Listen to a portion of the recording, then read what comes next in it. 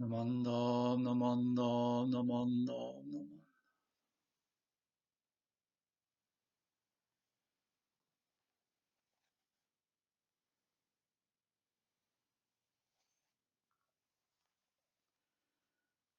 Namo Shishin Kimyolai Sai-ho Hamidamu.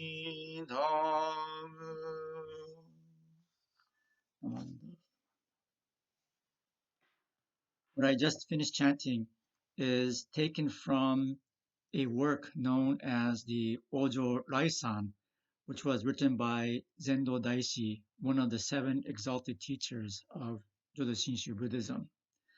The Ojo Raisan is divided into 6 sections to coincide with the 6 times of the day. And because of this, it is also known as the Rokuji Raisan, or the Raisan of the 6 time periods. And the different time periods are Jinjo, 8 a.m., Nichu, noon, Nichimotsu, 4 p.m., Shoya, 8 p.m., Chuya, midnight, and Goya, or 4 a.m. Many of you at the Gardena Buddhist Church are familiar with parts of the Ojo Raisan because Miura Sensei used to chant it regularly, especially during the summer months at the Gardena Buddhist Church.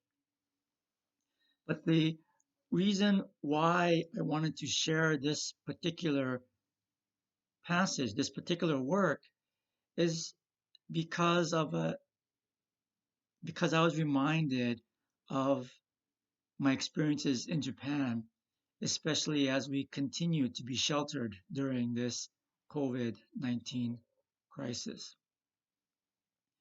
While in Japan, although I was free to move about, because it was in a foreign country with a different culture and a different language, even while you're free to move about, you sometimes can't help but to feel isolated. There were times when I couldn't help but to feel, what am I doing here? Do I belong? And there were times when I felt stuck and did not feel that I could move forward. During those times when I was especially paralyzed because of this fear of not knowing what is going to happen to me, whether or not I was going to make it, whether or not I made the right choice. That is when I was very, very fortunate to be able to find these words, and through these words to find much comfort during those times. When I first went to Japan, I was especially moved by listening to the chanting of the Ojo Rai-san. One, because it was something I've never heard while I was in America, and two, because it was just so melodic. And the way that it is chanted is very dramatic. There is a lead line, and then everyone else chants back as if to respond to the call or the question. And even while I did not hear or did not know what the words meant, I was still moved by what it was that I heard and what it was that I saw. It was very moving to me to see what I thought was a question that was being replied to. When I felt stuck, when I felt trapped, I was the one that was calling out. And each and every time the return line, the answer line, would oftentimes repeat the same thing. It would say, Sai-ho, Sai-ho, Sai-ho, which means Western direction, the direction that Amida Buddha's Pure Land is found.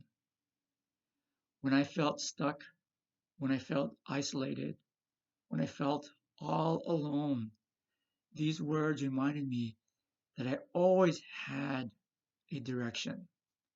I always had a place to go.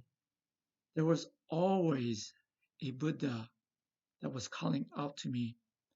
There was always a Buddha that was rooting for me. And in repeating these words, I came to more fully recognize that these are the words that are being shared with me right here, right now, at the time that I most needed to hear them, the time that I most needed to be reminded that I did have a direction, that I do have a place to go to, and that there is a Buddha constantly calling out to me, reminding me that wherever or whenever I may be, I always belong. Hopefully, during the continuation of this crisis, even while we might feel isolated, we wonder what is going to happen, what will become of me. Hopefully, through my experience, through sharing these words, all of us can be reminded together that we always belong, that we always have a place to go to, and that wherever or whenever we may be, that the wisdom and the compassion of the Buddha is constantly embracing us, making sure never to let us go. Namanda, namanda, namanda.